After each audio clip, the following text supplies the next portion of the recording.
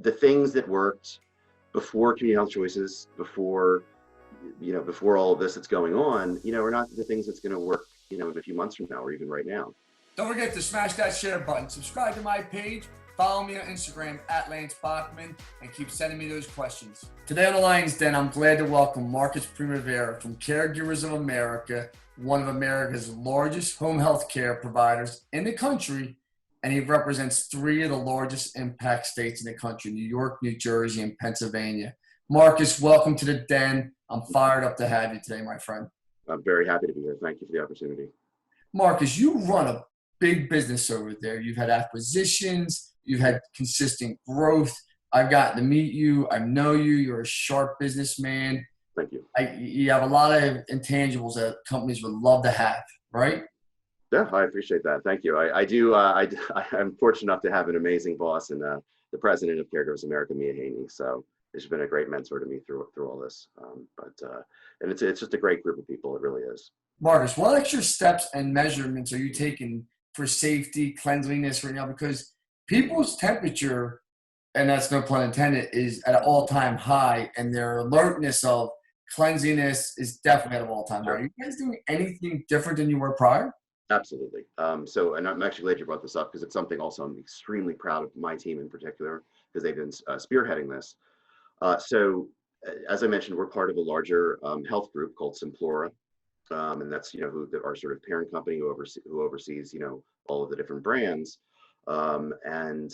Because, they have some power behind them and some resources, they were able to ship us tens of thousands of PPE equipment in the form of masks and gloves. A lot of our aides, getting up to Jenkintown is a little tricky. And unfortunately, our satellite office at the amazing Concilio nonprofit, I don't know if you've ever heard of that. Yes. They do amazing work. Unfortunately, as a nonprofit center, had to close. So with that closure, we lost our foothold into the Philadelphia region. So what we decided to do, and we're partnering with the Philadelphia Police Department and the Philadelphia Fire Departments, is we are setting up essentially supply depots. I believe it's at 9 different police stations throughout and perfectly peppered throughout Philadelphia so that our aides can come to us. Again, my team is fully masked up, following all of the protocols perfectly, and able to distribute those so important PPE gloves and masks to our, again, as you said, amazing dedicated workers, direct care workers who are, conquering their fear. I told you when you see what digital does, you will pivot. Now I think you pivoted even harder because of the situation you're in, but you weren't you were a digital believer, but your organization wasn't a big digital believer. Are they becoming more of a digital believer now? They are. And honestly, if my boss's boss, the CEO of Simplora, sees this, Dave, I appreciate you believing in me and to sort of make that adjustment because in marketing, and again, this is, you could, I'm sure, teach a master class in this. If in fact you probably have, you have to be agile, right? You always have to be thinking ahead. You can never rest on your laurels. And what worked 2 years ago is not going to work today. But the coolest thing is, for me, is with digital is 2 things. One, like I said, putting out just beautiful visual content, with of course the support of you guys. Again, we make all of that in house. We had 2 commercials, one on Comcast and one on Univision, that my art director literally filmed himself with just a few buddies, I think, from film school, and some of the ladies on my team in Jenkintown. I put those commercials up compared to, any other commercial out there. It looked, and he did, by the way, he did it, this is a little plug for Apple now. He did it with an iPhone. It was an iPhone 11, shot everything. And no one could tell. I tell people that all the time. It's amazing, right? Absolutely. And then the other side of it, is the data. I think that, it's such a buzzword, but it is important. Phrase is data-driven decision-making is important in healthcare. And, some of the more advanced. I'm going to stop you, Marcus. Yeah, sorry. Data-driven decisions are important everywhere. Numbers don't lie. People lie about numbers. True. I appreciate you putting it to your healthcare. Mm-hmm. But the viewers that are watching this also have to know that's how serious he takes it. And you should take numbers that serious because it all starts with data. It really does. And you know that more than anyone.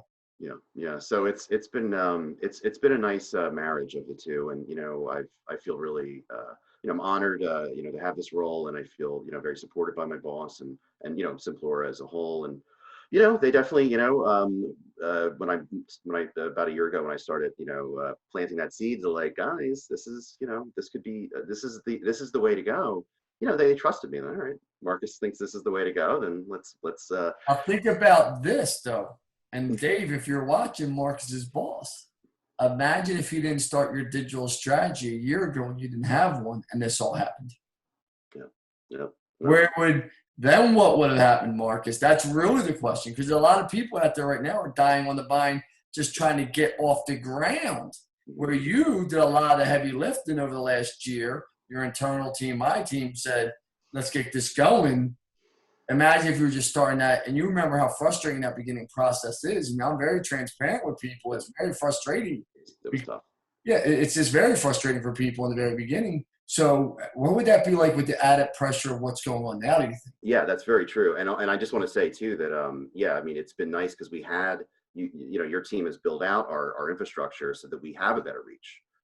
Because again, Michael could be doing the most beautiful videos anywhere, but if we don't have a good Twitter following and good website, it's not going to matter, as much. So it's been really helpful to get the word out. And that's why I wanted to come on, on your show here and get the word out about home care, because it is not to go back to our original discussion, but it could be a nice bookend. Is that home healthcare aid, Lance? I don't know if you knew this, is arguably one of the, if not the or number 2 fastest growing job in America. Think about that. I actually did some research on that and why the government came to the plan that they did. They were paying about 7 times more money than they are paying now for these home health care communities to take care of people. And the care system really wasn't that great that they were getting in a lot of these communities, right? I mean, there was a lot of abuse going on. No one was really managing them, a lot of fraud. And then they started saying, okay, let's test pilot this and have loved ones or people that care from the same community take care of them in their own home. Our people should be taken care of by loved ones if they can be, first and foremost. And number 2, second, let's make it about taking care of our community. I mean, why ship them off to a nursing home? I have nothing against nursing homes. I think some of them are great if that's where you want to go and that's what's next.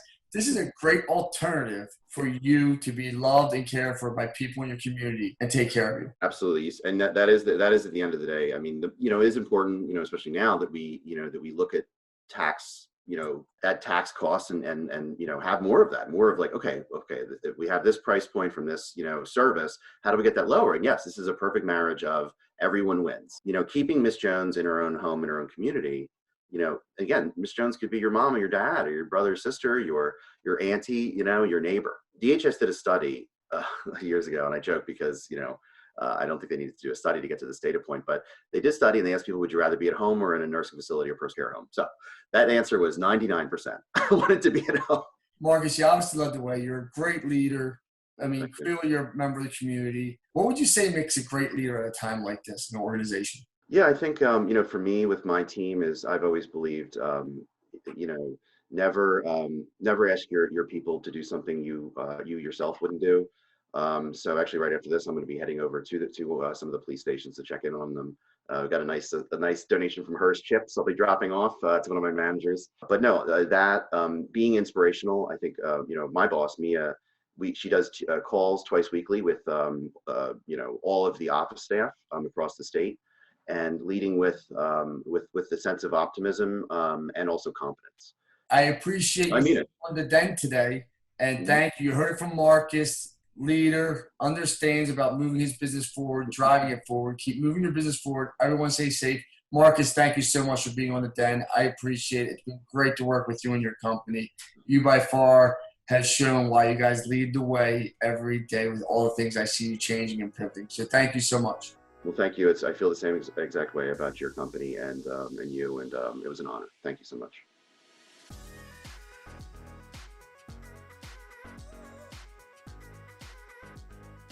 Embrace technology, embrace digital marketing, pivot. The things that worked before community health choices, before all of this that's going on, are not the things that's going to work, in a few months from now or even right now.